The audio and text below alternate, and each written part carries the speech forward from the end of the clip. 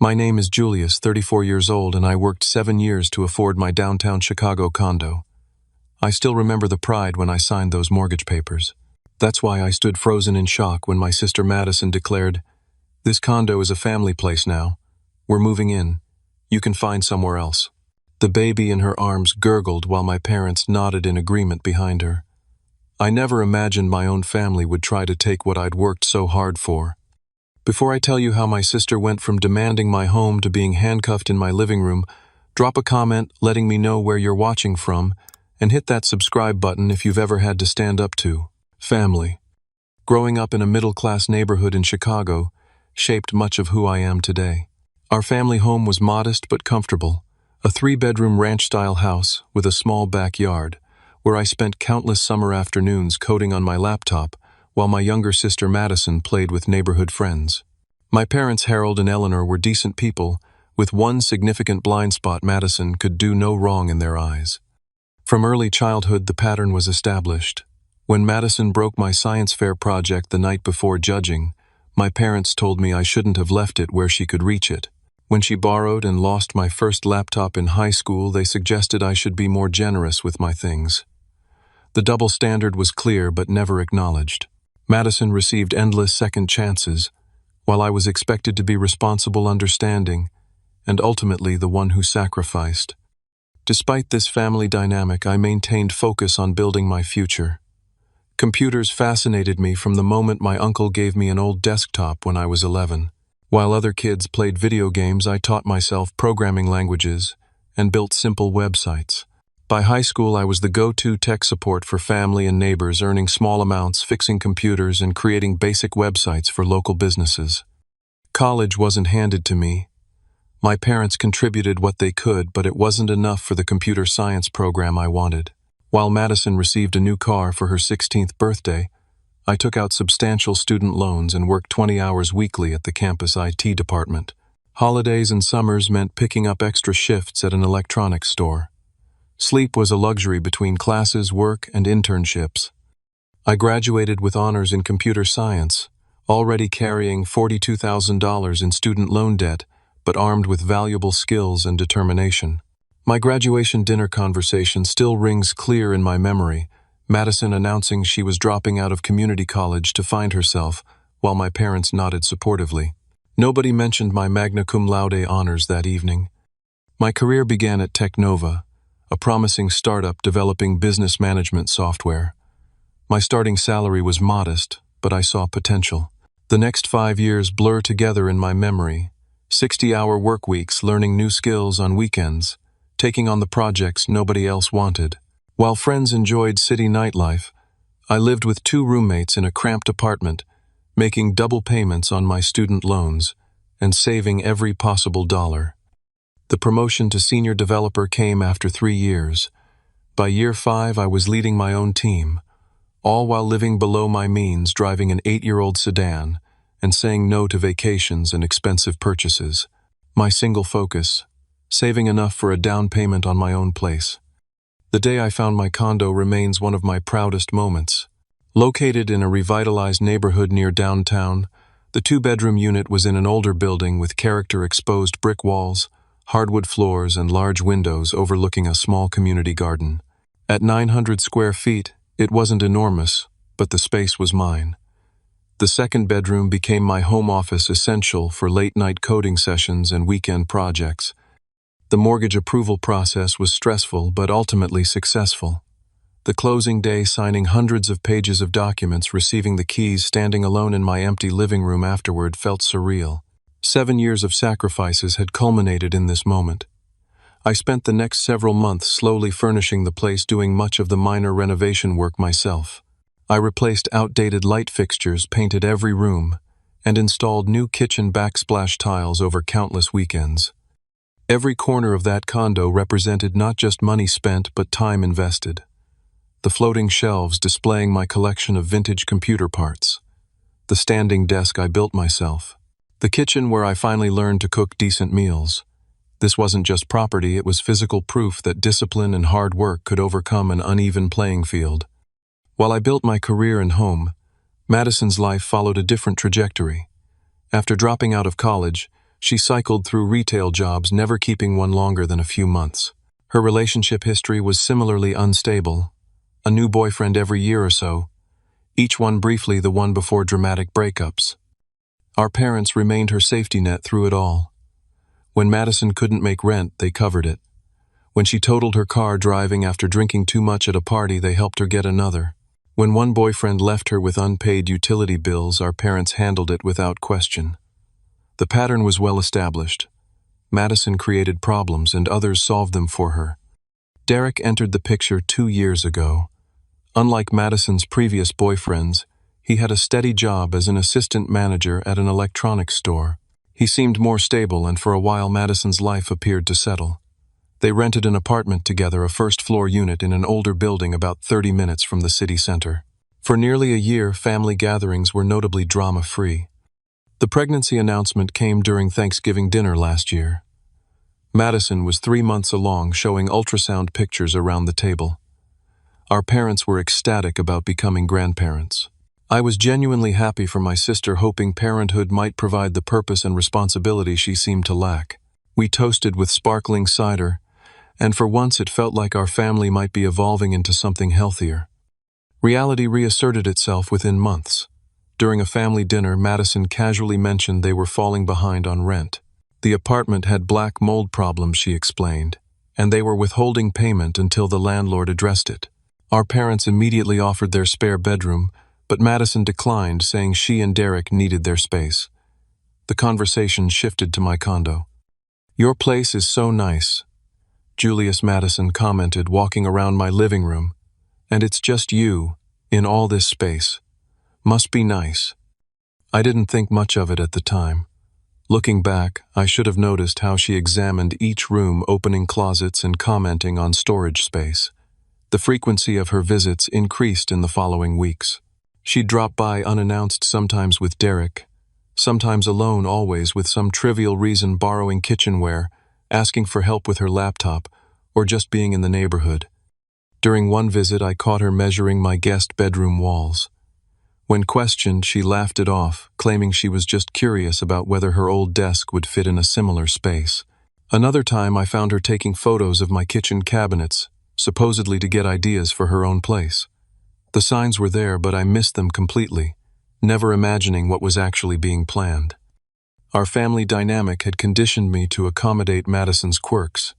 Even as an adult, I found myself automatically adjusting to make room for her needs and whims. This pattern, established in childhood, would soon be tested beyond anything I could have anticipated. Friday evening, after a particularly demanding week finalizing a major software release, I was looking forward to nothing more complicated than takeout and catching up on sleep. My team had successfully deployed new features we'd spent months developing, and my boss had suggested I take Monday off as recognition for the extra hours put in. Thoughts of a long weekend helped me through the commute home. The first sign, something was off: unfamiliar shoes clustered near my front door, a pair of women's boots I didn't recognize, men's work shoes, my parents' sensible loafers. My key still in the lock, I heard voices from inside my family, who definitely didn't have plans to visit. Stepping into my own living room felt like walking onto an active film set where everyone knew their roles except me. Madison sat on my couch, baby Lily cradled in her arms. Derek stood awkwardly near the kitchen entrance. My parents occupied the chairs opposite the sofa, my father's arm around my mother's shoulders. Most alarmingly, stacked against the wall near the entryway were cardboard boxes, 2 suitcases, and a portable crib. "What's going on?" I asked, setting down my laptop bag. "Is everything okay?" Madison exchanged glances with our parents before answering. "We've made a decision that's best for everyone," she said, using the same tone she'd employed since childhood when announcing she'd fixed a problem of her own creation. "This condo is a family place now. We're moving in. You can find somewhere else." The statement was so absurd, I actually laughed, assuming this was some elaborate prank. Very funny. Seriously, though, what brings everyone here? Did we plan a dinner I forgot about? My mother leaned forward, her expression gentle but determined. "Julius, honey, we've all discussed this. Madison and Derek need a stable home for the baby. Your place is perfect, close to good schools, safe neighborhood, Plenty of space. We've thought it through, my father added. You're just one person in a two-bedroom place. They're a family of three. The reality of the situation slowly crystallized. This wasn't a joke. They were serious. Let me get this straight, I said slowly. You're saying Madison and Derek are moving into my condo. The condo I bought. The condo I pay the mortgage on every month. Madison nodded, adjusting baby Lily in her arms. It makes the most sense. You can stay in the guest room temporarily until you find your own place. We need the master bedroom for us and the nursery for Lily. The audacity left me speechless. Derek at least had the decency to look uncomfortable, studying the floor and shifting his weight between feet. My parents watched expectantly, as though waiting for me to acknowledge the obvious wisdom of this plan. That's not happening, I finally managed. This is my home. I bought it. I renovated it. I pay for it. You can't just decide to take it. Madison's expression hardened. Don't be selfish, Julius. We're talking about your niece's future. Family helps family. You always have to make everything difficult. Difficult. The word struck like a match on dry kindling. How is wanting to keep my own property being difficult? Now, my father interjected. Let's stay calm. We know this is a big change, but sometimes we make sacrifices for family. Your mother and I have discussed it, and we think this arrangement makes sense. You make good money. You can afford to rent something else. The betrayal cut deep. Not just Madison, I'd expected self-centered behavior from her, but my parents. They had helped me review mortgage documents years ago. They'd brought housewarming gifts. They knew what this place meant to me. Yet here they were calmly explaining why I should surrender it. This isn't happening, I repeated more firmly. Madison, Derek, I'm sorry if you're having housing issues, but taking my home isn't the solution. We've already given notice at our apartment. Derek spoke for the first time, still not making eye contact. The landlords rented it to someone else starting next week. The calculated nature of their plan became clear. They'd created a situation where refusing meant leaving them homeless, maximizing pressure on me to comply. Classic Madison tactics now, with my parents' full support. That's not my problem, I said, surprising myself with my firmness. You made that decision without consulting me. I never agreed to this. Julius. My mother sounded shocked. We raised you better than this. Your sister needs help.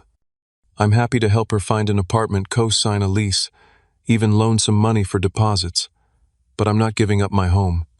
Madison's eyes filled with tears, the manipulation tactic she'd perfected since childhood. I've already told everyone we're moving to a better place. What am I supposed to tell them now? That my brother cares more about his precious condo than his own family. Tell them whatever you want, I replied, feeling a strange new strength. But you need to take your things and leave. Now. We're not going anywhere. Madison snapped, the tears vanishing instantly. Mom and Dad agree this is best. 3 against 1, Julius. You're outvoted. This isn't a democracy. It's my property. You have 30 minutes to get your boxes and leave, or I'm calling the police.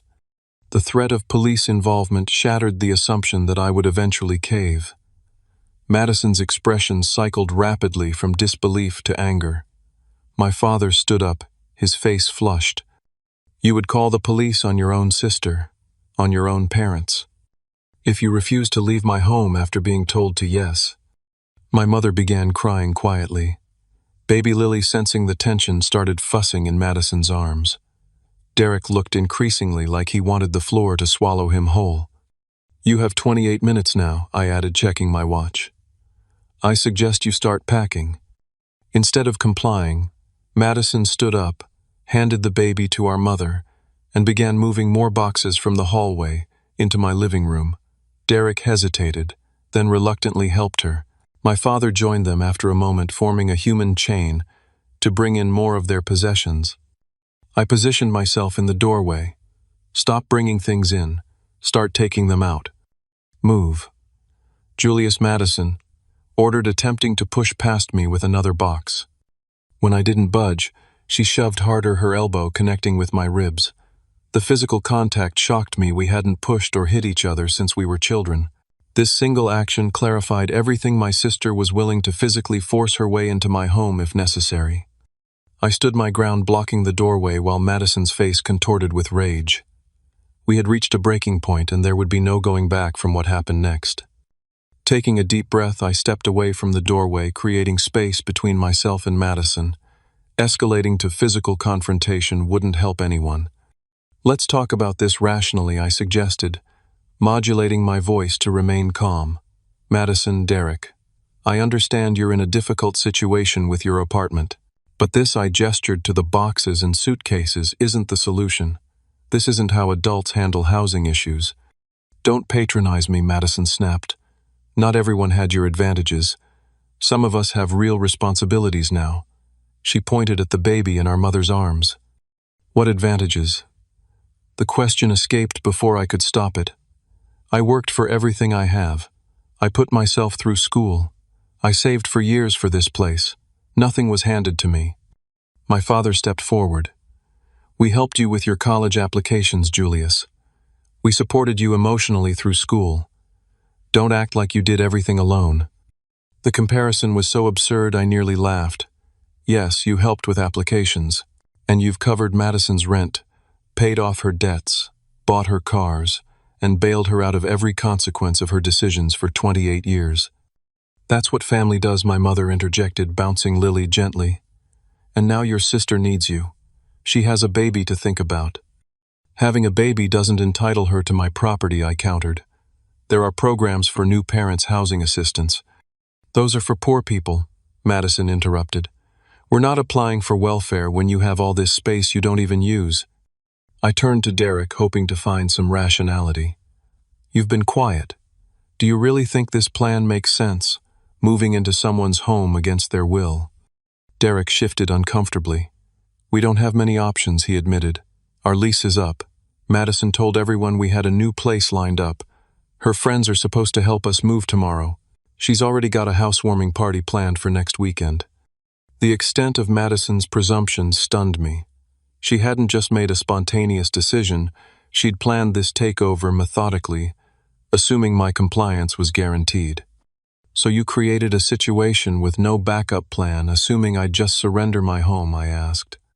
"We knew you'd be difficult initially," my father said, "but we thought once you understood the situation you'd be reasonable. Family comes first, Julius." "Family respects boundaries," I countered. "Family doesn't steal property. It's not stealing if it stays in the family." Madison argued the logic so twisted I couldn't immediately formulate a response. "That's not how property law works," I finally managed. "Oh, here comes the lecture." Madison rolled her eyes dramatically. "Always the know-it-all. This isn't about your precious legal technicalities. This is about doing what's right for your niece." The manipulation was so transparent, using baby Lily as an emotional shield against any resistance. I'd seen Madison employ this tactic all her life, but never so brazenly. What's right for Lily is having parents who solve problems responsibly, not by trying to displace her uncle from his legitimate home. My mother's expression hardened. "You've always been selfish, Julius. Even as a child, you never wanted to share." The unfairness of this characterization burned.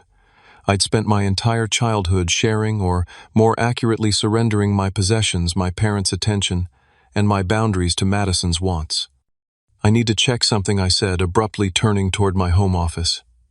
The conversation was going nowhere, and I needed a moment to think.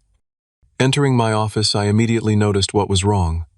My laptop, not my work computer but my personal MacBook, was missing from the desk. The drawer where I kept my passport and social security card stood slightly open. A quick check confirmed my fears. Several items were missing. When I returned to the living room, I carried a different energy. "Where are my things?"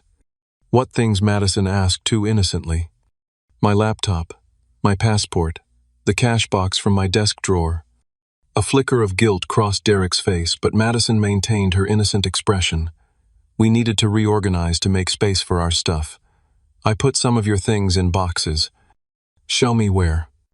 After a moment's hesitation, Madison pointed to a stack of boxes near the kitchen. I opened the top one and found my laptop buried beneath some baby clothes. The second box contained my passport cash box and several other valuables from around the condo. You were packing up my things without permission. It wasn't a question. You have so much stuff, Madison replied defensively. We'll need space for the baby's things. We were helping you sort out what you'd need to take with you. The calculated nature of their actions left me cold. You were going through my personal belongings, packing up my valuables, all while I wasn't home. That's not helping. That's theft. Don't be dramatic, my father sighed. Nobody's stealing anything. Really, I picked up my cash box, opening it to reveal only half the emergency cash I normally kept there. Where's the rest of my money? Madison flushed. We needed to pick up some things for the baby. You're making good money. You won't miss it. We'll pay you back eventually.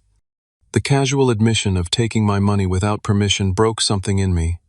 I'd been willing to discuss, to reason, to find alternative solutions. But this crossed a line that couldn't be uncrossed. You have 15 minutes to get out, I stated flatly. Take your boxes, your suitcases, and leave. All of you. We need this place more than you do, Madison insisted, her voice rising. You're being completely unreasonable. Unreasonable is thinking you can take someone's home. Unreasonable is stealing their money. Unreasonable is expecting me to just accept all of this. Madison's eyes narrowed dangerously. If you don't cooperate, things might get damaged in the move, she threatened, gesturing toward my collection of vintage computer components displayed on floating shelves. Accidents happen. The threat hung in the air. My mother gasped softly, but neither she nor my father reprimanded Madison for the implicit threat to destroy my property. Their silence was another betrayal. Did you just threaten to damage my things if I don't let you take my home? I asked, wanting the threat clearly stated. Instead of answering, Madison strode to the shelf and deliberately swept her arm across it. Several rare computer parts, some irreplaceable items I'd collected over years, crashed to the floor. A vintage mechanical keyboard, shattered keycaps, scattering across hardwood. Oops, she said flatly. Accident. My parents remained frozen, saying nothing as Madison deliberately escalated to property destruction. Even Derek looked shocked at the turn of events. In that moment, I made a decision. Without speaking, I pulled out my phone and began recording video documenting the scattered components, the boxes of my possessions they'd packed, and Madison standing defiantly amid the destruction. What are you doing? She demanded. Getting evidence, I replied, continuing to record. You now have 10 minutes to leave, or I'm calling the police and showing them this video of you destroying my property and attempting to take over my home. You wouldn't dare, my father finally spoke, his voice uncertain. I looked him directly in the eyes. Try me. For the first time, doubt crept into my family's expressions. The realization dawned slowly across their faces. I was not going to back down. Not this time. The atmosphere in the condo shifted as my family processed my ultimatum. Madison's expression oscillated between disbelief and fury. She had never encountered firm resistance from me before. Our parents exchanged worried glances. Derek stared at the floor, clearly wishing to be anywhere else. Only baby Lily seemed oblivious to the tension, having fallen asleep in my mother's arms. You would really call the police on your own sister? Madison's voice trembled, genuine shock, mixed with growing anger. On the mother of your niece. You've left me no choice, I replied. Still recording. Breaking into my home while I was at work. Going through my belongings. Taking my money without permission. Destroying my property. What would you call that if someone did it to you? This is different. We're family. Family doesn't steal from family, I countered. Family respects boundaries. Madison's face contorted with rage. You and your precious boundaries. You've always been this way, cold, distant, selfish, all about your stupid computer stuff and your career. Meanwhile, I'm trying to create an actual family to give mom and dad grandchildren, to make something meaningful. Her words revealed the undercurrent that had always defined our relationship. Her perception that her life choices were somehow more valid, more meaningful than mine. That my work, my independence, my achievements counted less than her traditional path. Creating a family doesn't give you the right to take what isn't yours, I said quietly. We need this place, Madison screamed, her composure shattering completely. Your job pays 3 times what Derek makes. You can afford another place. Why can't you just help us for once in your life? I've offered help finding an apartment, co-signing a lease, lending money for deposits. What I won't do is surrender my home because you decided you deserve it more than I do. You've never helped me with anything. It's always been about you, your education, your career, your precious condo. The revisionist history was breathtaking. I'd covered her portion of family birthday gifts throughout our adolescence. I'd loaned her money countless times, rarely seeing repayment. I'd helped her move between apartments 4 times in the past decade. Yet in her mind, I'd given nothing. My mother finally spoke up.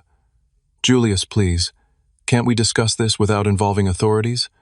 We're talking about your sister's welfare, your niece's future." We passed the discussion phase when Madison started destroying my property. I replied, gesturing toward the scattered computer components. "And when I discovered you'd been going through my belongings while I wasn't home." "Don't be so dramatic about a few old computer parts my father dismissed. They can be replaced."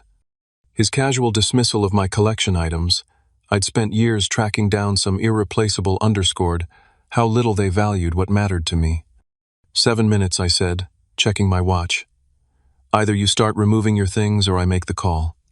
Madison glanced at our parents, clearly expecting them to intervene to say something that would magically resolve the situation in her favor. When they remained silent, the reality of her position seemed to dawn on her.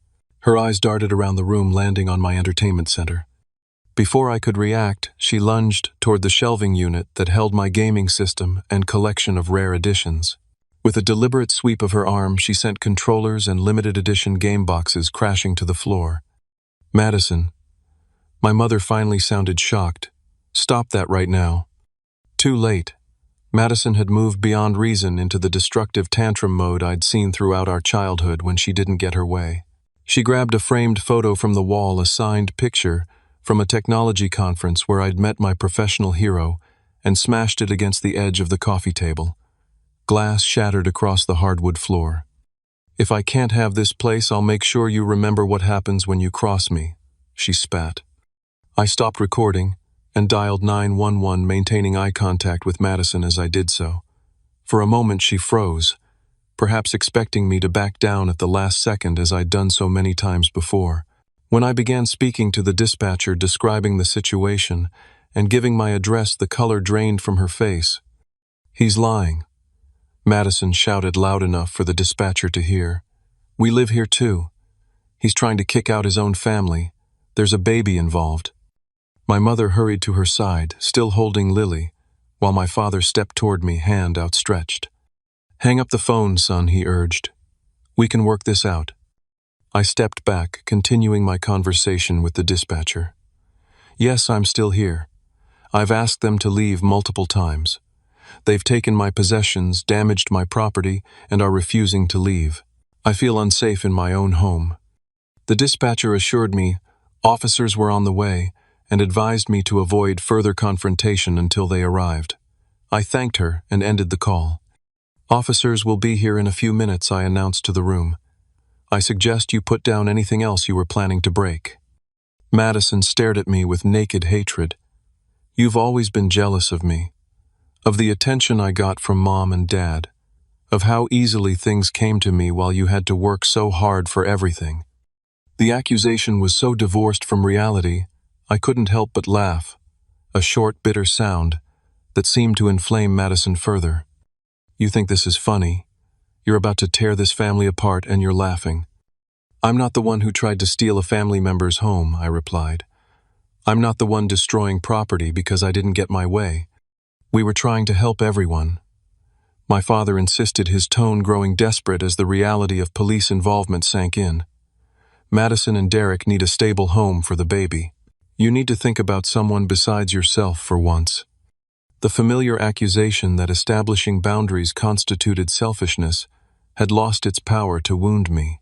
For the first time, I saw clearly how my family had consistently framed my independence as a character flaw, my success as something to be harvested rather than respected. 3 minutes, I said quietly. "The police will be here soon. Last chance to start packing up your things." Instead of complying, Madison made another lunge toward my belongings, this time targeting my laptop, which I'd retrieved from their boxes. Derek finally intervened, catching her arm. "Stop," he said firmly. "This isn't helping. We need to think about Lily." Madison wrenched her arm free.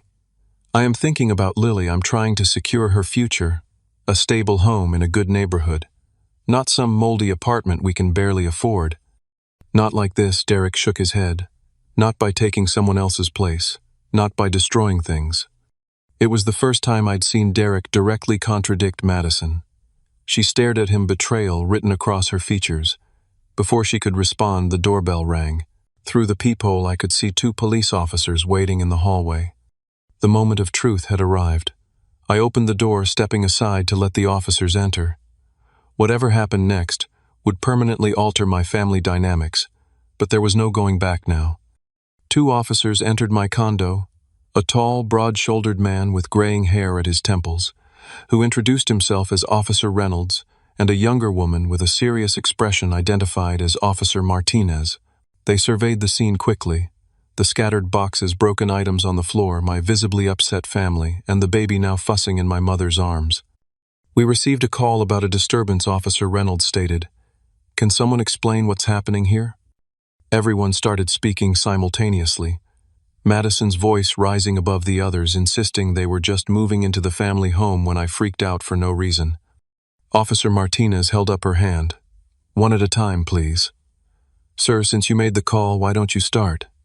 She nodded toward me. I explained the situation as clearly and calmly as possible. "This is my condo. I purchased it 3 years ago, and I'm the sole owner on the mortgage and deed. I came home from work today to find my sister, her boyfriend, their baby, and my parents here with boxes and suitcases. They informed me they were moving in and expected me to move out. When I refused, the situation escalated to property damage and threats." "That's not what happened," Madison interrupted. "We discussed this as a family. Julius agreed we could move in since we have a baby and need more space. Now he's changing his mind and trying to make us homeless." Officer Reynolds turned to Madison. "Ma'am, please wait your turn. We'll get your statement next." His firm but professional tone seemed to surprise my sister, who wasn't accustomed to being denied immediate attention. "Do you have documentation showing you're the property owner?" Officer Martinez asked me. "Yes, I can show you the mortgage statements and deed." I retrieved the documents from my home office filing cabinet, thankful I kept important papers organized. While the officers reviewed my documentation, Madison continued trying to control the narrative, her voice growing increasingly desperate. "We have nowhere else to go. Our lease is up. He's trying to put his own niece on the street." Officer Martinez addressed Madison next. "Ma'am, do you have any documentation showing you have a right to be in this residence? A lease agreement with your brother, perhaps? Any written agreement about moving in?" "We don't need paperwork. We're family," my father interjected. "Julius knows his sister needs help with the baby." Officer Reynolds shook his head slightly. "Family or not, you need legal permission to occupy someone's residence. Without documentation or the owner's consent, you don't have a right to be here if he asks you to leave." The simple matter-of-fact statement seemed to land like a physical blow. My parents exchanged worried glances, while Madison's expression hardened. "I want to press charges," I stated clearly. "They've damaged my property and taken money and belongings without permission. I have video evidence." I showed the officers the recording on my phone, including Madison's deliberate destruction of my computer collection and entertainment system. Officer Martinez suggested we separate to provide individual statements. She took Madison and my mother to the kitchen area, while Officer Reynolds spoke with me, my father, and Derek in the living room. This division prevented Madison from interrupting or manipulating others' accounts. Derek surprised me by being honest. When Officer Reynolds asked if they had permission to move in, he admitted quietly, "No." Madison said Julius wouldn't mind once we were already here with our stuff. I was uncomfortable with the plan, but he trailed off, glancing at my father. "You went along with it anyway." Officer Reynolds finished for him. "And did you participate in removing the homeowner's possessions or taking his money?" Derek shook his head. "I helped move our boxes in, but I didn't touch his stuff." I didn't know about the money until he mentioned it. My father maintained the family narrative that I was selfish for not helping my sister, that family should share resources, that I had more than I needed. When pressed about whether I had ever explicitly agreed to them moving in, he eventually admitted, not in so many words, but we thought he'd understand once we explained. From the kitchen, I could hear Madison's voice rising again. Officer Martinez's responses remained measured but firm. The situation was clearly not proceeding as my sister had anticipated. After taking statements, the officers conferred briefly. Officer Reynolds then addressed the room. Based on our investigation and the documentation provided, this residence legally belongs solely to Julius. He has asked you all to leave, which is his right as the property owner. Additionally, we've seen evidence of property damage and unauthorized taking of possessions. So what happens now? My mother asked, her voice small. You need to leave the premises, Officer Martinez stated. All of you except Julius. You can take your personal belongings that you brought with you today, but nothing belonging to the homeowner. And if we refuse, Madison challenged, her tone combative. Then you would be trespassing and we would be forced to remove you, Officer Reynolds explained. Additionally, based on the evidence we've seen, there could be charges for destruction of property and theft. My mother began crying softly. Please, officers, there must be some misunderstanding. We're just trying to help our daughter and granddaughter. The only misunderstanding, Officer Martinez replied gently, is the belief that you can occupy someone's home without their permission, family or not. As the reality of the situation sank in, Madison's demeanor changed. Her face flushed with anger, and she turned to me. You're choosing your things over your family. I'll never forgive you for this. Never. I maintained eye contact, but said nothing. There was nothing left to say. You all need to start gathering your belongings now, Officer Reynolds directed. We'll remain present to ensure an orderly departure.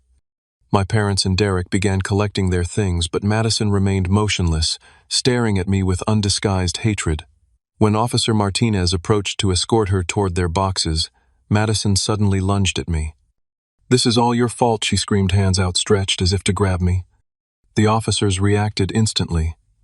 Officer Reynolds stepped between us while Officer Martinez caught Madison's arm. My sister struggled against their restraint, continuing to scream accusations and threats. Ma'am, you need to calm down right now, Officer Martinez warned. Instead of complying, Madison tried to wrench free her elbow, connecting with Officer Martinez's face in the process. What happened next seemed to unfold in slow motion. Officer Martinez firmly guided Madison to the floor, securing her hands behind her back. The metallic click of handcuffs echoed through the suddenly silent condo. Madison Roberts, you're under arrest for assault on a police officer and attempted assault, Officer Martinez stated, formally reciting Miranda rights as my sister lay face down on my living room floor. My mother stood frozen, baby Lily wailing in her arms. My father's face had gone ashen. Derek stared open-mouthed at the scene. Is this really necessary? I asked quietly, not having wanted things to escalate this far. I'm afraid so, Officer Reynolds replied. Assaulting an officer is a serious offense, and given her aggressive behavior, we have to take appropriate action. As Officer Martinez helped Madison to her feet, the reality of the situation seemed to finally penetrate my sister's anger. Tears streamed down her face, no longer the calculated manipulation of earlier, but genuine distress. My baby, she sobbed, looking at Lily in our mother's arms. What about my baby? The child can remain with family members, Officer Reynolds explained. Or if that's not possible, we can contact Child Protective Services. No, Derek stepped forward. Her grandparents and I will take care of her. He moved to my mother's side, gently touching Lily's head. As Officer Martinez led Madison toward the door, my sister looked back once. The mixture of rage, fear, and betrayal in her expression would haunt me for months to come. Despite everything, she was still my sister, and seeing her in handcuffs brought no satisfaction. The apartment fell silent after Madison was escorted out. Officer Reynolds remained to oversee the removal of their belongings while my parents and Derek wordlessly packed boxes into their vehicles. Nobody made eye contact with me. The family I'd known my entire life had become strangers in the span of a few hours. When the last box had been removed, my mother paused at the doorway, Lily sleeping against her shoulder. "I hope you're satisfied," she whispered, her voice breaking. Then she was gone, leaving me alone in my defended but devastated home. After my family left, I stood in the middle of my living room surveying the damage. Broken computer parts littered the floor. Shattered glass from picture frames crunched under my feet. The silence was deafening after hours of confrontation. I should have felt victorious. I had successfully defended my home, but instead emptiness washed over me.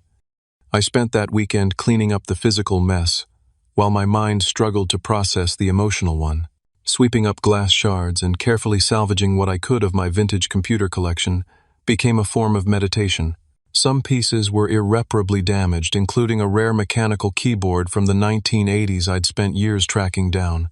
Each broken item represented not just a material loss, but another fracture in my family relationship. Madison spent one night in county jail before my parents posted bail. The charges against her were serious assault on a police officer, attempted assault, destruction of property, and attempted burglary.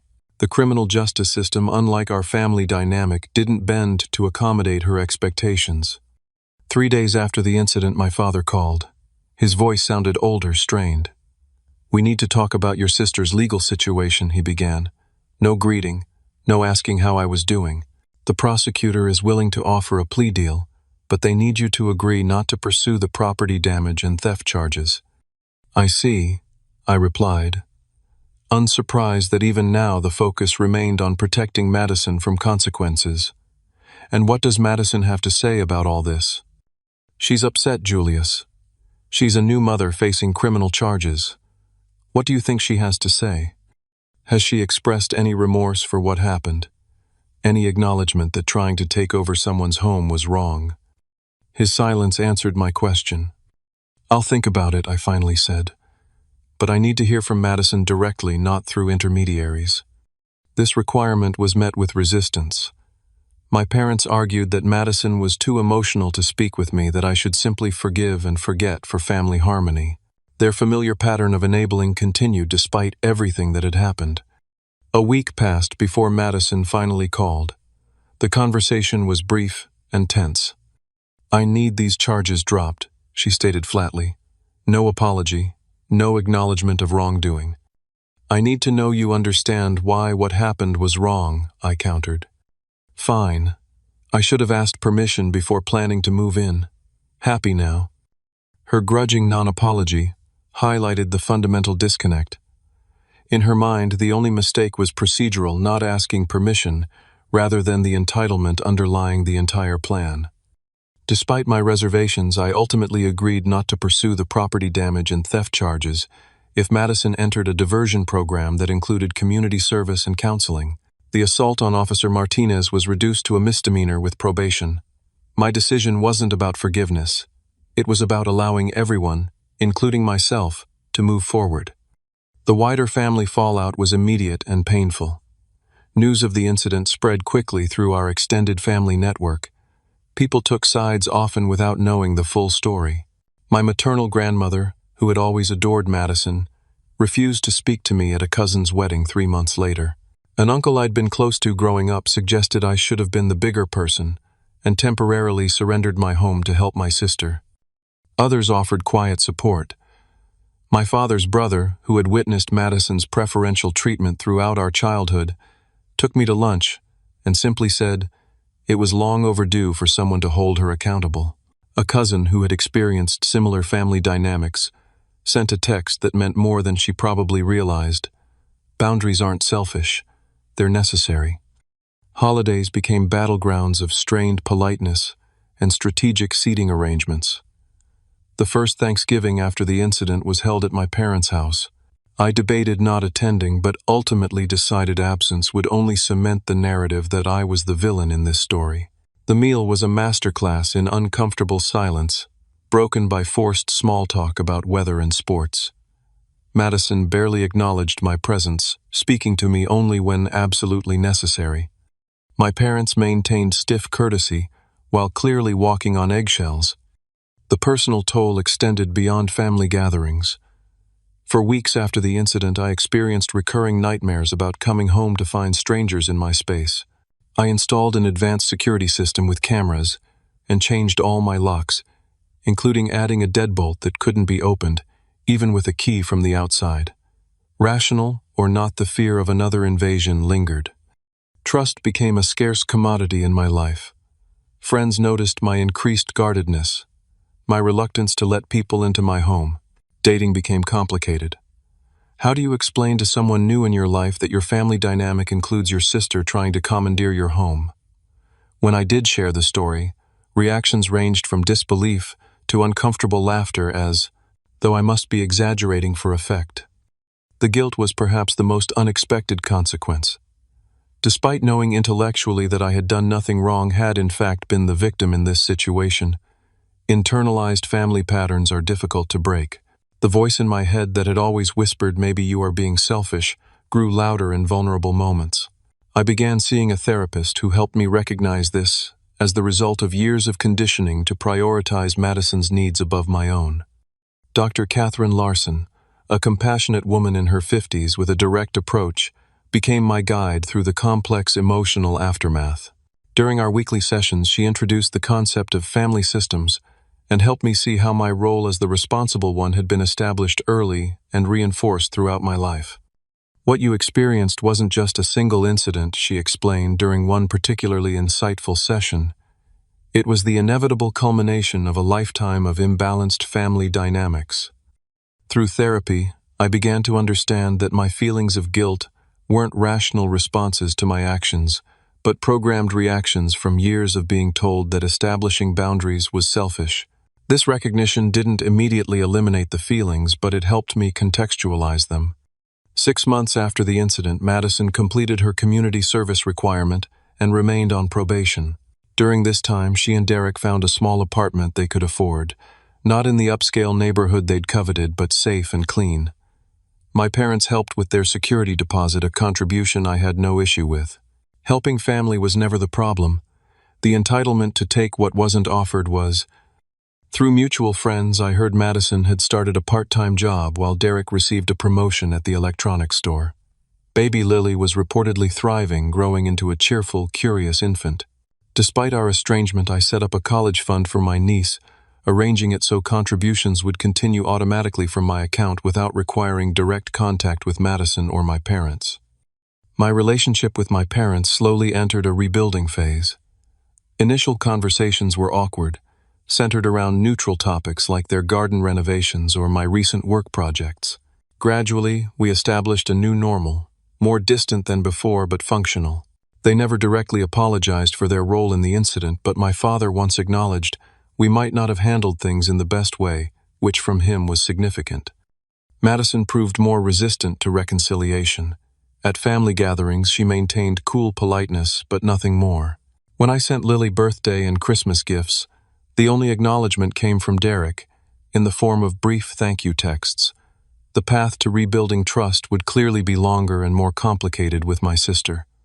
The most profound change occurred within myself. The incident, painful as it was, forced me to establish and maintain boundaries I should have set years earlier. No longer did I automatically say yes to requests that compromised my well-being. No longer did I accept the characterization of my independence as selfishness. The price of this growth had been high fractured family relationships, legal intervention, emotional trauma, but the resulting clarity felt like removing glasses with the wrong prescription and seeing clearly for the first time. 1 year after what my therapist and I had come to call the incident, I received an unexpected text from Madison Family Therapy, Saturday at 3, Dr. Patterson's office. "Mom and Dad will be there. Please come." No, please, no additional context. Typical Madison directness. After consulting with Dr. Larson, I decided to attend, approaching the session with cautious optimism but realistic expectations. Dr. Patterson's office featured bland, inoffensive decor, clearly designed to neither distract nor provoke strong reactions. Neutral-toned furniture, abstract watercolor prints, and potted plants. My parents arrived first, greeting me with awkward hugs. Madison and Derek arrived last. Lily, now a toddler, walking unsteadily between them. The sight of my niece, whom I'd only seen in photos shared by my parents, hit me unexpectedly hard. She had Madison's eyes and my father's smile. a living connection to family that transcended the conflicts of the adults around her. Dr. Patterson, a soft-spoken man with a methodical approach, established ground rules for our session. Each person would have uninterrupted time to express their perspective on what had happened and its aftermath. No accusations, no interruptions. Focus on feelings rather than assigning blame. My parents spoke of their confusion and sadness over the family fracture. They acknowledged, after gentle prompting from Dr. Patterson, that they had enabled Madison throughout her life and failed to recognize how their different treatment of their children had created unhealthy dynamics. We thought we were helping, my father admitted, but maybe we were just making it easier for Madison not to grow up. Derek, whose quiet presence I'd always underestimated, surprised me with his insight. I went along with a plan I knew was wrong because it was easier than standing up to Madison, he confessed. I've spent this year learning to be a partner, not just a follower, and to be the kind of father Lily deserves, someone who models integrity. When Madison's turn came, I braced myself for defensiveness or minimization. Instead, she spoke with unexpected reflection. I've spent my whole life expecting things to be handed to me, she began, not meeting anyone's eyes. When Julia said no, it didn't compute. No one had ever really told me no before. She paused, collecting herself. The program they made me attend, I hated it at first, but they made me look at patterns, how I always expected bailouts, how I never had to face consequences. She finally looked at me directly. I'm not saying I'm fixed. I still think sometimes that life is unfair because things aren't just given to me, but I'm working on it.